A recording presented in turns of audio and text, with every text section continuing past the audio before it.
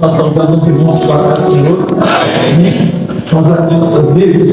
Também pode abaixar um pouquinho. Se eu falar mais alto, eu não vou deixar ninguém escrever. 1 Reis, capítulo 18, verso 30. Primeiro livro dos Reis, capítulo 18, verso 30.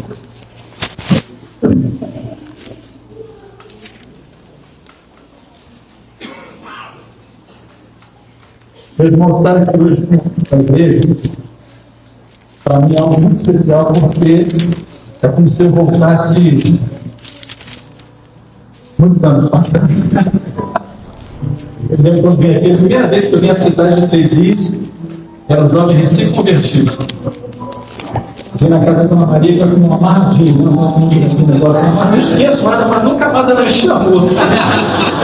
Acho que eu dei prejuízo. Mas jovem ainda, recém-convertido, o pastor trouxe, ele era pastor da igreja, de uma da igreja dos Três Rios Neto, me trouxe aqui no meu primeiro contato com a obra do Senhor. Heloísa era solteira na época, estava ali Heloísa, não lembro se o Juarez já estava ali ou não, se o Juarez veio depois. Foi o primeiro casamento, a obra aqui, que coisa que a gente faz, né? Mas, aí depois eu lembrei dos anos que passei aqui como pastor aqui na igreja, com os irmãos, aprendendo, convivendo com os irmãos. Agora, mais uma vez, tem a oportunidade de voltar e estar aqui. Porque como o Senhor desenha a nossa vida, mas como ela vai sendo desenhada, os caminhos do Senhor vão sendo trilhados, preparados, né? Eu vejo uma igreja, conheço alguns irmãos aqui, lembro de alguns, né? Uns tinham cabelo mais pretinho, outros como eu tinham mais cabelo, mas vendo um pouco do Senhor alegre. Uma nova geração que está aqui também, isso é maravilhoso, né? São valores inestimáveis, né, querido? Vamos ler a palavra do Senhor? Então ela diz assim, verso 30. Então Elias disse a todo o povo: chegai a mim. Todo o povo se chegou a ele, e Elias reparou o altar do Senhor que estava quebrado. Amém? Uma coisa assim, pode abaixar uma coisa, pode abaixar. Meus irmãos, aí a frente da organização, né? Então, a situação que você vê, pode sentar, não. Fica à vontade. Está de modo que casa é sua. O João foi o irmão que me levou para pregar pela primeira vez. O pastor disse assim: você vai levar esse jovem para pregar, mas leve ele bem longe, que a gente não sabe o que vai dar. Aí nós temos hoje uma igreja, um ponto de pregação lá em Secretário. Aí ele foi te levar. Eu fui lá, não ficar anotando o que eu estava falando, o que eu estava falando, para depois passar o relatório do pastor, né? Depois tem que capturar, né? Meus irmãos, o texto que nós lemos fala de um dos momentos muito marcantes da história de um povo especial, o povo de Israel. Por que esse povo é especial? Porque este povo foi gerado a partir de uma promessa de Deus. Aonde surgiu Israel? Um dia Deus chamou um homem, Abraão, e disse a ele: sai da tua terra, sai da tua parentela e vai para um lugar que eu vou te mostrar. Este homem creu na palavra do Senhor, na experiência que ele estava tendo, e ele sai com a sua esposa. Ele era um homem de idade avançada, a sua esposa também é uma mulher de idade avançada, e ela era estéril. A promessa de Abraão, de Deus para Abraão, dizia assim: farei de ti uma grande nação. De um homem, de um casal de idade avançada, de uma mulher estéril. Farei de ti uma grande nação. Desde o dia que o Senhor chamou Abraão e até o dia que a promessa começou a ser cumprida, foram muitos anos. Muitos anos de experiências. Todas as vezes que Abraão se abatia, o Senhor falava com ele. Todas as vezes que Abraão sentia angústia no coração pela promessa, que ele nunca deixou de crer, mas nós naturalmente sempre perguntamos, né? Senhor, para quando será? Quando o Senhor vai cumprir? Como vai ser? E eu aprendi uma coisa. A mesma palavra, o Senhor aqui diz assim: Deus fará prontamente todas as coisas. Agora quero ver se agora a seu tempo. Glória a Deus.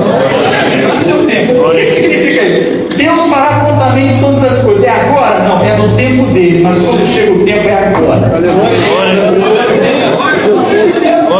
Acabou, o momento é esse. Aí, meu querido, não tem impedimento, não tem nada que impeça a ação, porque o querer de Deus foi determinado. Quando chegou o momento, Abraão teve o primeiro filho. E dali então, a nação Israel começou a ser formada, até se formarem as 12 famílias, que eram os 12 filhos, formaram as 12 tribos, e a nação Israel foi formada. Por isso que eu digo que esse é um povo especial, porque eles foram formados a partir de um milagre de Deus, uma nação que surgiu de um milagre. Se já não bastasse isso, a jornada deste povo é uma jornada marcada de muitas experiências, onde Deus sempre se revelou, onde Deus sempre falou, de forma individual com algum dos seus servos, ou de forma abrangente, falando com todo o povo. E para nós não ficarmos muito tempo andando nesse passo, de forma muito lenta na história, nós chegamos a Israel saindo do Egito. Como Deus falou com aquele povo, como o Senhor se revelou. Os irmãos imaginem, aquele povo numeroso, eram milhões de pessoas, eram milhões de judeus que estavam ali. Os irmãos imaginem a população de 3 e multiplica por 10, por 20, era aquela população, milhões, saindo do Egito, naquela caminhada, naquela jornada, e os sinais do Senhor estavam ali todos os dias. Era a coluna de fogo durante a noite, a coluna de fumaça durante o dia, era o mar vermelho se abrindo, quando o povo reclamou por fome, o maná caiu do céu, sinais, sinais, sinais, sinais. E eu pergunto aos irmãos, o povo permaneceu fiel, foi sempre fiel? O povo foi sempre fiel? Não. Apesar disso tudo, Israel se mostrou uma nação inconstante, um povo de altos e baixos. Um dia na presença do Senhor, um dia longe, um dia perto, um dia longe. Isso que é muito do líder, daquele que estava diante do povo. Isso tudo para dizer o seguinte: os dias que Israel vivia eram dias em que a glória de Deus havia se manifestado e havia ficado no passado. Israel agora vivia debaixo de um jugo de uma opressão. Acabe, rei de Israel, casado com Jezabel, eram completamente profanos e distantes do Senhor. Mas aí tem uma boa nova: Deus nunca abandonou o homem à sua própria sombra. Diz assim: aonde abundou o pecado, superabundou a graça de Deus. Deus sempre olhou para o remanescente fiel. Deus sempre olhou. E a palavra diz assim também: os meus olhos procurarão os fiéis da terra. O que anda no caminho dela, o Senhor está procurando os fiéis da terra. E aonde ele encontrar o fiel, ele vai operar uma bênção. Ele encontrou um homem, dentre muitos, ele encontrou um homem, profeta Elias. E ele chamou Elias para uma dura missão. Elias, a sua missão é dura, porque você vai levar a minha palavra de juízo para um homem que tem se tornado abominável aos meus olhos, que era Acabe. Elias estava jurado de morte. Sabe como é que é o rei Acabe chamava Elias? Perturbador de Israel. És tu o perturbador de Israel? E o perturbador era o rei naquela condição. O povo, por conta disso, já havia se misturado, a idolatria já havia andado no meio deles, eles já estavam divididos, cocheando entre dois pensamentos. Mas ali chegou um momento em que Deus mais uma vez ia mostrar que ele não tinha abandonado o homem. Elias se viu numa seguinte situação: 850 profetas, 450 profetas de Baal e mais 400 profetas que serviam a um Deus chamado Azera. 850 profetas. Chegou a hora de ver quem era Deus. E o desafio de Elias, porque o profeta de Deus, ele não tem medo. Ele não tem medo porque o Espírito Santo repousa sobre ele. Quando você olha para Pedro, por exemplo, Pedro teve medo e negou Jesus. Pedro disse: jamais te negarei. Mas Pedro negou Jesus. Mas quando o Espírito Santo repousou sobre ele, Pedro não poupou a sua própria vida e desafiou todos os dias do Império Romano para falar que Jesus estava vivo. Glória a Jesus. E o Senhor honrou por isso. Glória a Jesus. E o mesmo Espírito habitava sobre Elias. E Elias agora lança um desafio. Chama aqueles profetas. Vamos ver quem é Deus. O que o Deus que é Deus de verdade vai responder. Mas para que não tenha dúvida, o Deus verdadeiro vai responder com fogo do céu. Não vai ser uma historinha, não vai ser uma conversinha qualquer para dizer que, olha, Deus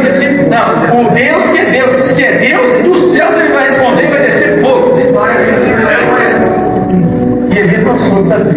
Chama os 250 profetas, cada um vai pegar um cordeiro, e cada um vai oferecer diante do altar do seu Deus esse cordeiro. E o Deus que responder, descendo fogo dos céus para consumir o cordeiro, este é o Deus verdadeiro. Meus irmãos, a palavra diz que os profetas de Baal e de Azera se reuniram, prepararam o altar, pegaram o cordeiro, desmantelaram aquele cordeiro, partiram em pedaços, colocaram ali e ficaram clamando Baal. E o povo, alguns estavam ali cocheando realmente entre dois caminhos, alguns ali duvidosos, porque a contaminação tinha que entrar na vida deles, mas era um momento de definição. E o povo olhando aquilo, Elias calado olhando aquela cena, e os homens clamando. A palavra do Senhor diz que no meio-dia, no meio-dia, se clamando e nada, começaram a se retalhar, eles começaram a se debater, e isso é feito até os dias de hoje em muitos lugares, como sinal de contrição e de humilhação, se chicoteando, se cortando, o sangue escorrendo, e nada. Elias naquela hora foi um pouco sarcástico. Acho melhor vocês gritarem mais alto. Pode ser que eles tenham gritado. Nada. Acabaram. Chegou. Então agora é a nossa vez. Agora é hora de Deus falar. Mas há um processo muito interessante. A primeira coisa que ele diz, no versículo que lemos, a primeira coisa, ele chama o povo e diz: chegai a mim. Entendemos que nessa hora, aqueles que estavam ao redor do altar de Baal se afastaram e todos se aproximaram do altar que Elias iria montar. Porque havia um altar ali que um profeta havia levantado certa vez e que havia sido destruído, pelo próprio Senhor havia destruído quando o povo partiu a aliança dele, porque o altar era um sinal de que Deus naquele lugar havia feito alguma coisa extraordinária. E ele reparou, ele pegou 12 pedras e reparou o altar que estava quebrado. Ele pegou o cordeiro, dividiu em pedaços, colocou sobre aquele altar. Aí ele disse assim: agora vocês vão abrir um rego ao redor do altar. Uma vala. Diz a palavra que era uma vala, que era a largura da vala era para 2 punhados de semente, ou seja, era uma vala larga. Uma vala ao redor do altar. Cavaram bem aquela vala, está cavada. Agora vocês vão pegar 4 cântaros d'água e vão derramar sobre o holocausto. Mas sobre o holocausto, vai ter que descer fogo do céu, 4 cântaros d'água sobre o holocausto. Quando eles derramaram os primeiros 4 cântaros, Elias disse: mais uma vez, pela segunda vez, mais 4 cântaros d'água. Quando derramaram a segunda leva, e mais uma vez, pela terceira vez, mais 4 cântaros d'água. Pronto. A palavra diz que a água escorreu sobre o sacrifício, sobre o altar, e encheu a vala, encheu aquele rego ao redor. Eu tenho certeza que deve ter gente naquela vala. Agora, deve ter esse negócio pegar fogo, porque eu nunca vi água pegar fogo. Você tem sede de credo, né? Aí foi nessa hora que Elias fez uma oração. Ele fez uma oração de confissão, e na mesma oração de confissão ele fez uma súplica para que o Senhor dos céus respondesse. E quando Elias terminou de orar, o fogo dos céus desceu. Aleluia!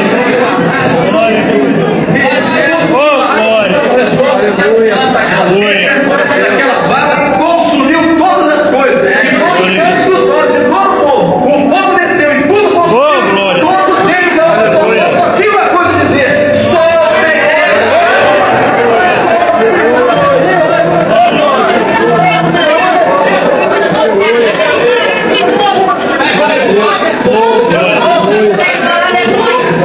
há um processo, se não prestarem atenção, há um processo. Nós estamos em um processo glorioso. A primeira etapa do processo foi quando o profeta disse assim: chegai-vos a mim, há um chamado do Espírito Santo nessa hora. Chegai-vos a mim.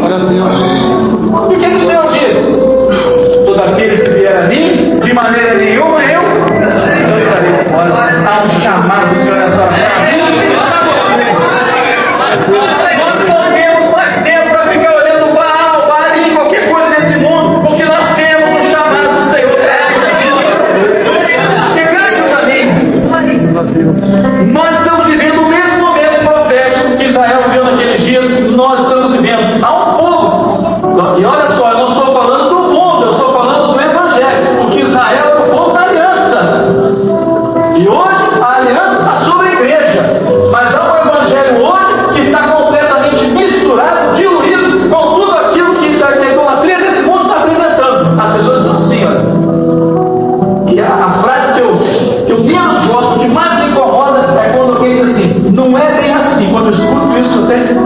Tá certo? Não é bem assim. Se não é bem assim, é como? No projeto de Deus, não existe, não é bem assim. Ou é ou não é. Porque se você pedir uma bênção para o Senhor, você pode dizer, não é bem assim. Entendeu a bênção? Não é isso? No projeto de Deus não existe isso. Há um chamado nessa hora. Chegar a Israel. Você está chamando um povo à sua presença. E quando ele chama este povo, olha que interessante. Ele podia ter reparado aqui no altar com uma pedra, com 2 pedras, com 3 pedras, com 4 pedras, mas ele reparou o altar com 12 pedras. Por que as 12 pedras? E ele não fez isso na cabeça dele, não, tá? O Espírito de Deus movia o processo. Porque o homem que tem o Espírito de Deus, ele anda pelo Espírito de Deus. E as 12 pedras ali estavam simbolizando Israel, porque Israel foi uma nação gerada a partir de um, e depois 12 filhos ali formaram aquela nação. Era para mostrar que aquilo que Deus havia feito no passado não podia ser esquecido. Há um outro texto na palavra do Senhor que diz assim: não removais os limites antigos que foram estabelecidos pelos vossos pais. Glória a Deus. Sabe quais são os limites antigos que nós aprendemos? Nós aprendemos o valor do clamor pelo sangue de Jesus. Graças a Deus. Nós aprendemos o valor de consultar ao Senhor pela palavra. Aleluia. Nós aprendemos o valor dos bens de graça. Nós aprendemos o valor dos dons espirituais. Nós aprendemos o valor da fé, da santificação. Esse nível nós não vamos tirar jamais. Então esse nível que o Evangelho está abrindo mão hoje. Santificação não é bem assim. Mas também não precisa ser tanto. Mas também não precisa. Não existe meio termo. Ou é ou não é. Então o profeta chama o povo, edifica o altar. 12 pedras para mostrar. A herança, nós não vamos abrir mão da herança. A herança está aqui. Ó. Se existem 12 tribos, é porque um dia Deus operou um milagre. Um milagre! Deus gerou uma nação. Que maravilha! Com um milagre, Deus gerou uma nação. Aí depois que ele fez isso, o cordeiro partiu. Mas espera aí, os outros também pegaram o cordeiro e partiram. Porque a religião hoje também pega o cordeiro e parte. Mas depois que ele partiu o cordeiro, ele mandou que a água fosse jogada por cima, né? Mas vamos voltar aqui antes. Antes disso, ele não mandou haver uma vara ao redor? Uma vara? Queridos, não se iluda. Aquela marca ali era separação da onde Deus ia operar e daquilo que estava fora do projeto de Deus. Sabe qual é o nome dessa vara que pode apontar? Santificação. E a palavra diz isso. Sem santificação, ninguém verá Deus. Olha, é santificação. É aqui, ó. Porque Deus opera aqui, ó. É a separação do mundo. Nós estamos neste mundo, mas não pertencemos a este mundo. Então a oração do seu Pai foi: meu Pai, Jesus orando, eu não te peço que os tire do mundo, mas que os livre do mal. Nós estamos aqui, mas existe uma válvula de nós. São os limites de Deus. São os limites do Espírito Santo. Os limites que o Espírito Santo colocou para a nossa vida. Mas quando nós estamos dentro do limite, o que é que nós vemos? O fogo do céu. Glória a Deus. Glória a Deus. Depois da bala, agora vai correr e bater. Quantos cântaros d'água mesmo? 4. Pega 4 cântaros. Joga. Tá bom? Não. Agora mais 4. Joga. E agora? Não, agora mais 4. Joga. A água encharcou o cordeiro todo, encharcou o altar, é isso? E tomou conta da bala. 4 cântaros d'água. 4 evangelhos, onde Jesus foi apresentado em cada uma das suas características, o projeto de Deus sendo apresentado. Quantas vezes foram feitas isso mesmo, né? Quanto é que dá essa continha? 9 fora, 12, né? 12. Quantos apóstolos eram? Quantos eram as tribos de Israel? O nosso Deus é o Deus do passado, do presente. Glória a Deus.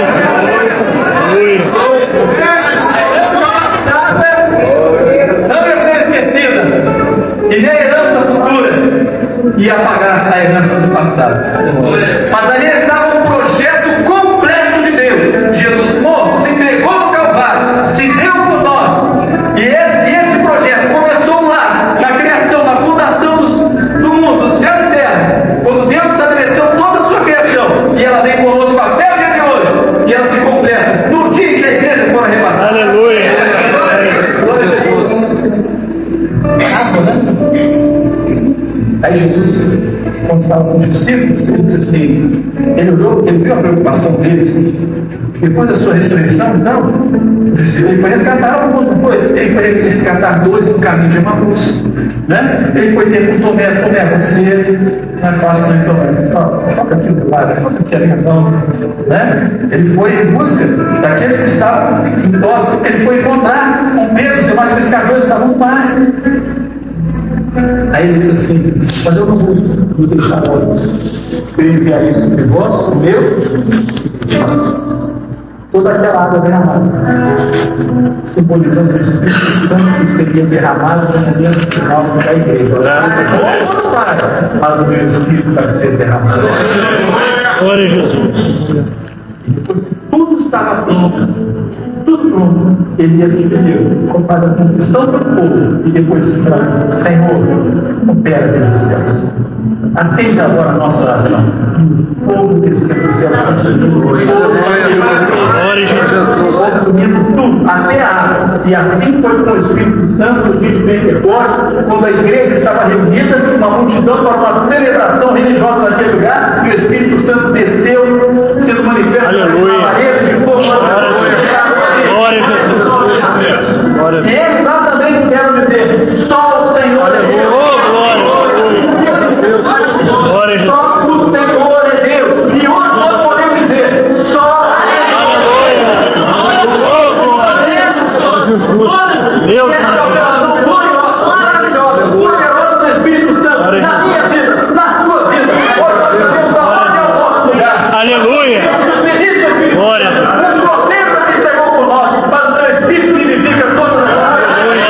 Nós podemos testemunhar do Senhor. Essa igreja tem marcas do Senhor para testemunhar.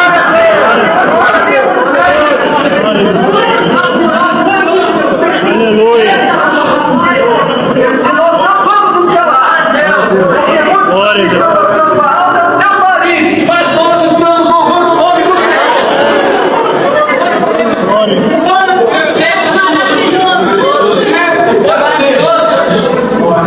E pode ser bom seria, além de livrado desse, quando você dissesse glória a Deus, você estivesse na eternidade. Está na eternidade. Glória a Deus.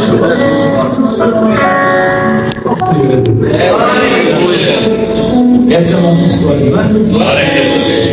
O Cordeiro está presente. Glória a Jesus. O Espírito Santo está presente. Você faz parte dessa história. E essa história não terminou ainda. Ela só vai terminar no dia que você entrar na Graças a Deus. Glória a Jesus. Vamos louvar ao nome do nosso